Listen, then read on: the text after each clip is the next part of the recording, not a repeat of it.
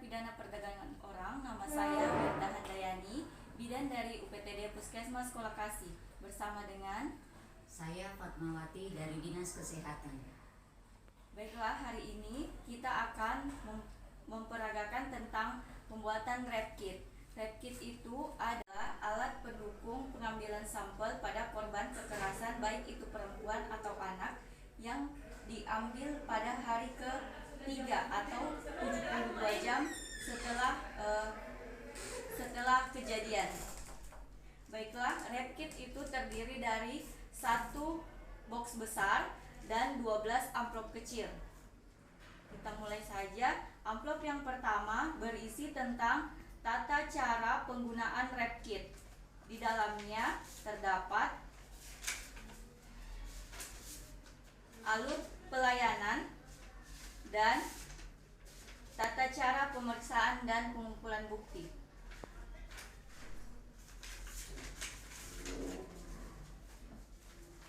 Amplop yang kedua berisi tentang inform consent dan anamnesis dalam kasus kekerasan. Jadi ini inform consent atau surat persetujuan, dan yang ini adalah riwayat kasus korban. Dan anamnesis, kita akan memeriksa tubuh korban. Yang perlu kita ingat adalah kita harus memakai alat pelindung diri seperti handscoon, masker, apron, penutup kepala, dan juga sepatu boots. Kemudian kita meletakkan kertas flip chart berwarna putih di lantai.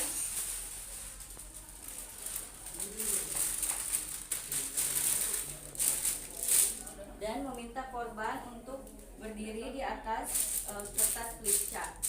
Setelah itu kita meminta korban untuk membuka seluruh pakaiannya dan kemudian diletakkan di amplop nomor 3A.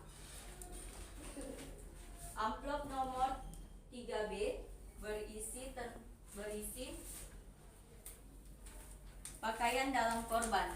Jadi kita meminta kembali korban untuk membuka pakaian dalamnya dan diletakkan ke dalam plastik. Kemudian disimpan di dalam amplop dan diletakkan pada rap kit, dimasukkan ke dalam rap kit.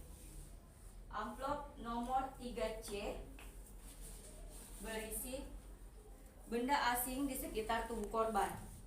Jadi kita melihat apakah ada rumput atau benda-benda lain di sekitar tubuh korban, termasuk dengan perhiasan atau gelang ataupun jam tangan yang korban pakai. Kita letakkan ke dalam plastik dan disimpan dalam amplop nomor 3C dan diletakkan di rap kit.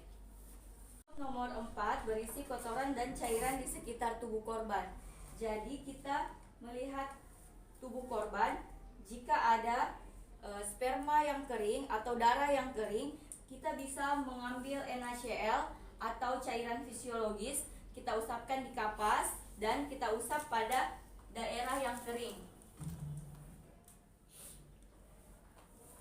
Jangan lupa kapasnya kita keringkan dulu dan diberi label. Lalu setelah kering baru kita masukkan ke dalam plastik. Bisa juga kita menggunakan cotton bud. Lalu untuk kuku korban kita menggunakan tusuk gigi. Jadi kita kerok pada kuku korban jika kemungkinan ada darah atau benda-benda pelaku yang menempel pada kuku korban. Setelah itu kita masukkan ke dalam plastik kembali. Jika diperlukan, kita bisa menggunting kuku korban jika kuku korban panjang. Gunting kuku pun kita simpan ke dalam plastik sebelum kita masukkan semuanya ke dalam amplop 3C. amplop 4. Maaf. Kemudian amplop nomor 5 berisi sisiran rambut korban, rambut kemaluan korban.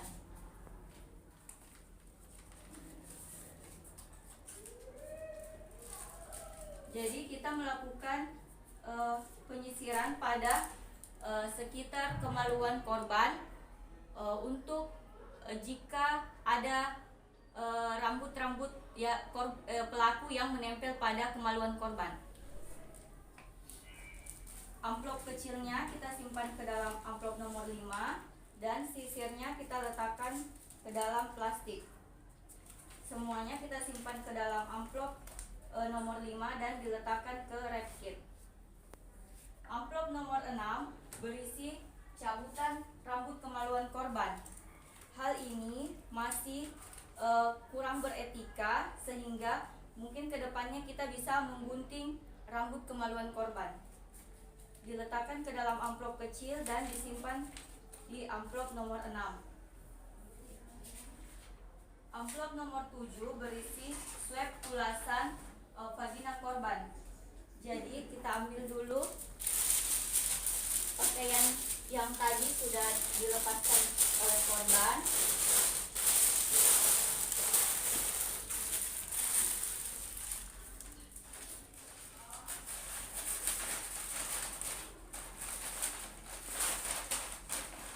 Dan diletakkan di rep kit.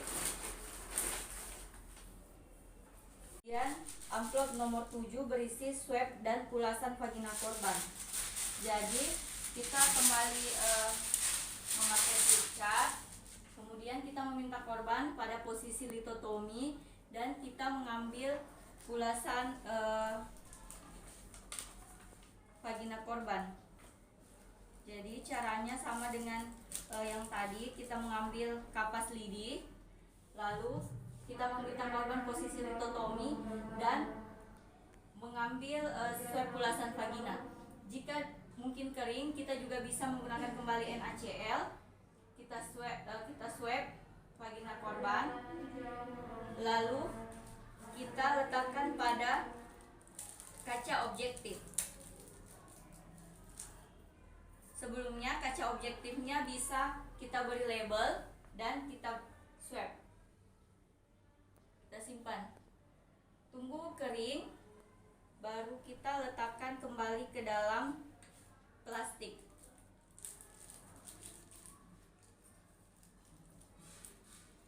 Kapasnya juga kita letakkan ke dalam plastik. Swab vagina korban bisa dari dalam, kemudian yang di bagian luar, lalu semuanya kita simpan dalam amplop nomor 7 dan diletakkan ke dalam rep kit. Amplop nomor 8 berisi swab dan kulasan anus korban. Jadi kita meminta kembali korban posisi kniches. Jadi posisi korban sedikit agak menungging supaya kita bisa mengambil swab pada anus korban. Caranya sama dengan swab yang tadi. Jadi kita ambil kembali kapas lidi yang steril.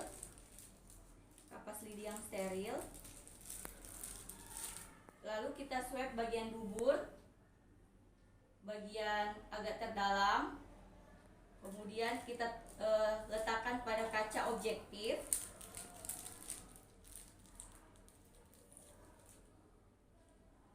Yang sebelumnya kaca objektifnya diberi label bahwa ini swab kulasan anus atau dubur. Kapas lidinya juga kita tunggu kering dan kita letakkan kembali ke dalam plastik. Semuanya kita masukkan ke dalam amplop nomor 8.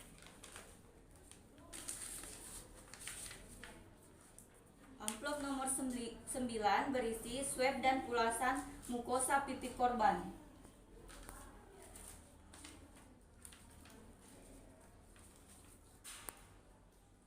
Jadi caranya sama, kita meminta korban untuk pada posisi yang nyaman, dan kita meminta korban pada posisi yang nyaman.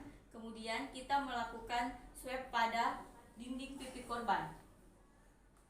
Pipi kiri kita beri label tunggu kering dan kita masukkan ke dalam plastik. Amplop nomor 10 berisi cabutan rambut kepala korban. Jadi kita permisi kepada korban dulu, kemudian kita mencabut rambut bagian kiri, kemudian bagian kanan, di belakang dan di depan. Kita letakkan ke dalam plastik dan disimpan di amplop nomor 10. Setelah itu kita simpan ke dalam wrap kit. Amplop nomor 11 berisi sampel urin korban. Jadi kita meminta korban untuk kencing dan kita tampung di pot kencing. Jangan lupa sebelum kencing kita berikan label namanya, kemudian kencing jam berapa. Dan kita simpan ke amplop nomor 11. Diletakkan kembali ke wrap kit. Amplop nomor 12 berisi sampel darah korban. Jadi kita mengambil spoit,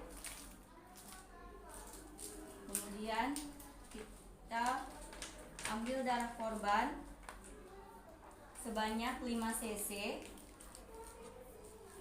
Setelah itu kita simpan di tabung darah 2,5 cc di yang warna merah dan 2,5 cc di yang warna biru. Untuk darah, jika wrap kit ini tidak segera digunakan, bisa sampel darahnya kita simpan dulu di kulkas. Setelah itu sampel darah kita masukkan ke wrap kit. Langkah yang terakhir adalah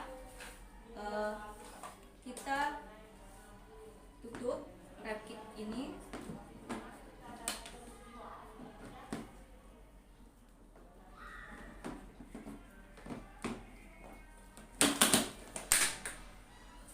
Kemudian kita meminta dokter untuk mengisi kit pengumpulan barang bukti atau kasus kekerasan.